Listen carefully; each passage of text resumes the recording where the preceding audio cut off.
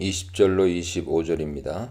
이스라엘 백성은 가나안 땅을 점유한 뒤에 집에서 기른 짐승이든 사냥한 짐승이든 레위기 11장과 신명기 14장에서 정결한 짐승으로 분류된 모든 짐승을 원하는 대로 잡아먹을 수 있습니다.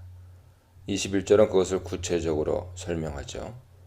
하나님이 자기 이름을 두시려고 택하신 곳, 즉 지정된 성소에서 먼 곳에 산다면 각 성에서 마음껏 소와 양, 염소를 도축해서 먹을 수 있습니다. 여기서 성소가 네게서 멀거든 이라는 표현은 조금 이해하기 쉽지 않죠. 지정된 성소에서 멀다 라고 하는 것이 어느 정도 거리인지 알 수 없습니다. 이 문구와 더불어서 더 큰 난제가 발생하는데, 이 표현대로라면 지정된 성소에서 먼 곳에서는 일반 도살이 허용되는 반면 성소 근처 주민들은 고기를 먹기 위한 일반 도살도 성소에서 실행해야 한다는 뜻이 되기 때문입니다. 하지만 15절에서 본 대로 이스라엘 백성은 피를 제대로 처리한다면 성소와의 거리와 상관없이 어느 곳에서든 각 성읍, 거처, 들판에서도 짐승을 잡아먹을 수 있었습니다. 그럼 이런 견해는 신명기 자체가 상호 모순 명령을 내린다는 이상한 결론에 이르죠. 따라서 랍비들의 해석 전통은 네게서 그곳이 멀거든 이라는 말을 15절을 따라 성소 바깥 백성들이 모든 거주지를 가리키는 것으로 해석했습니다. 그러나 14장 24절의 동일한 표현은 이것을 지지하지 않고 실제로 먼 거리를 의미하죠. 한 가지 가능한 견해는 네게서 그곳이 멀거든 이라는 조건들이 27절까지 포괄하는 것으로 보는 견해입니다. 말하자면 만일 성소가 네 거주지에서 다소 멀다면 일반 도살은 명령한 대로 너의 성읍에서 피를 완전히 쏟아낸 다음 마음껏 먹을 수 있으나, 그러나 성물과 서원물과 번제물은 너의 성읍이 그 지역 성소에서 다소 멀더라도 하나님께서 택하신 성소로 가지고 올라가라 하는 뜻으로 이해하는 것입니다. 백성들은 각자 처소에서 자신이 기른 가축인 소, 양, 염소를 언제든 잡아먹을 수 있었습니다. 여기서 잡다라는 동사 자바흐는 일반 도살, 희생 도살 모두 사용되는 동사입니다. 이 일반 도살을 통해 얻은 고기는 누구나 먹을 수 있었습니다. 여기에는 정한 자나 부정한 자의 구별이 없었죠. 레위기법에 의하면 원래 부정케 된 사람은 성소에 출입할 수 없고, 성소에서 나온 거룩한 고기, 즉 화목제 고기의 식탁에 참여하여 먹을 자격이 없었습니다. 레위기 7장 보세요. 그러나 일반 도살의 고기는 부정한 사람도 얼마든지 먹을 수 있습니다. 또한 그들은 노루나 사슴, 즉 야생의 정결한 짐승도 언제든 잡아먹을 수 있고, 사냥감을 먹을 때처럼 집에서도 가축을 똑같은 방식으로 잡아야 합니다. 이것은 신명기가 레위기를 전제로 율법 강론을 하고 있음을 보여주는 증거죠.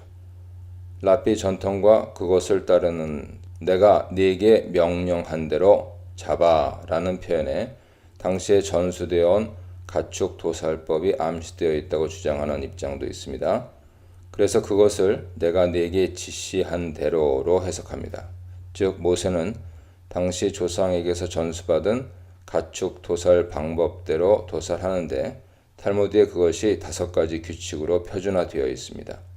요약하면 동물의 고통을 최소화하기 위해 아주 날카로운 칼로 짐승의 후드를 신중하면서도 빠르게 찌릅니다. 칼날을 정기적으로 꼼꼼하게 검사해야 역시 짐승을 배려할 수가 있죠. 가축이든 사냥감이든 정결한 짐승들은 모두 도살해서 먹을 수 있습니다. 다만 피를 명령대로 가축의 몸에서 다 빼서 땅에 쏟고, 아마도 레위기에서 명시하듯 그것을 흙으로 덮어야 합니다. 피를 먹지 말라는 경고는 레위기 17장에 여러 번 강조되어 있죠. 피 섭취를 금지하는 이유는 피가 곧 생명이기 때문입니다. 생명에 대한 존중의 의미가 있고 생명의 주권자인 하나님의 생명권에 대한 존중의 의미가 들어 있습니다. 하나님이 옳게 여기시는 이 법을 지키면 이스라엘은 대대손손 형통케 될 것이라는 약속이 있는 것이죠. 26절로 28절입니다. 그러나 일반 도살과 달리 희생도살은 성물과 서원의 제물을 성소에 가지고 올라가듯이 반드시 하나님께서 택하실 장소, 곧 성소에서 실행되어야 합니다.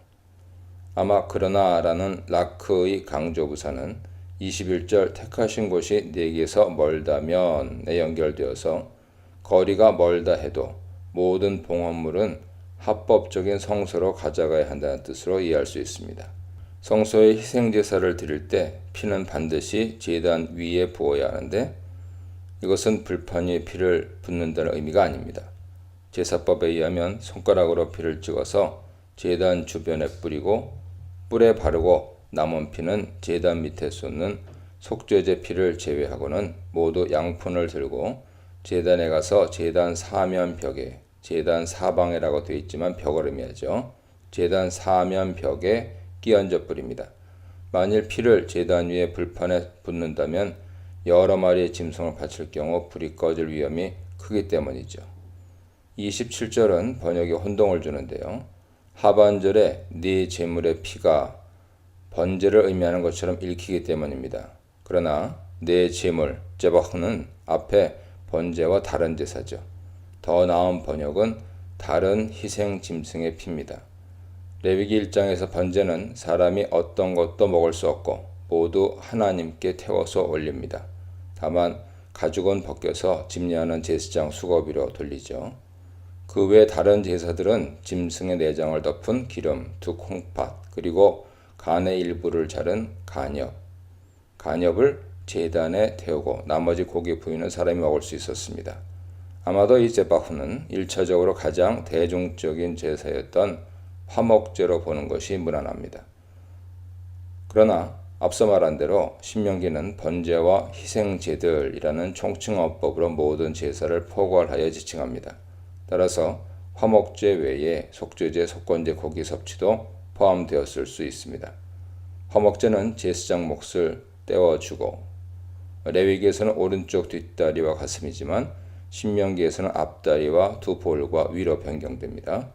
제사장 몫을 떼어주고 나머지는 제사자가 가져가서 식구, 친족과 더불어 아마 큰 짐승인 소의 경우 이웃들과도 나눠 먹었습니다. 속죄제와 속건제는 역시 동일하게 기름과 내장 일부를 태운 다음 독점적으로 제사장들만 먹었습니다.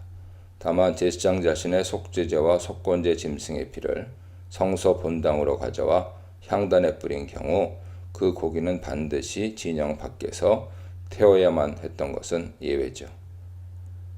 29절로 32절입니다. 이방 종교의 유입을 막기 위한 일반 도살과 희생 도살 문제를 다루던 모세 연설은 여기서 가나안 신들의 위험성에 대한 직접적인 주제로 되돌아갑니다. 이 주제는 13장으로 이어지죠. 그는 청중에게 가나안 신들에게 호기심을 품지 말라고 단단히 일러둡니다.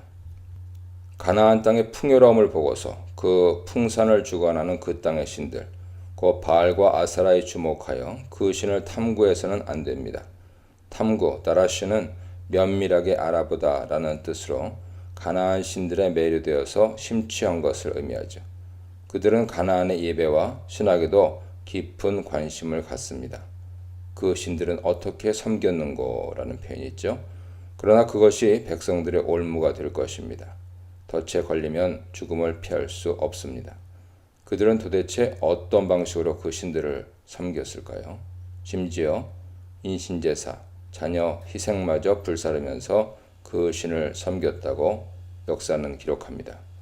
과연 자녀를 불살라 바치는 것을 기뻐하는 신은 어떤 신입니까? 이것은 여호와께 가증한 일, 혐오스러운 일, 토헤바입니다. 피 섭취 금지, 성소에서의 도살, 호기심 금지에 대해 묵상해 보시기 바랍니다.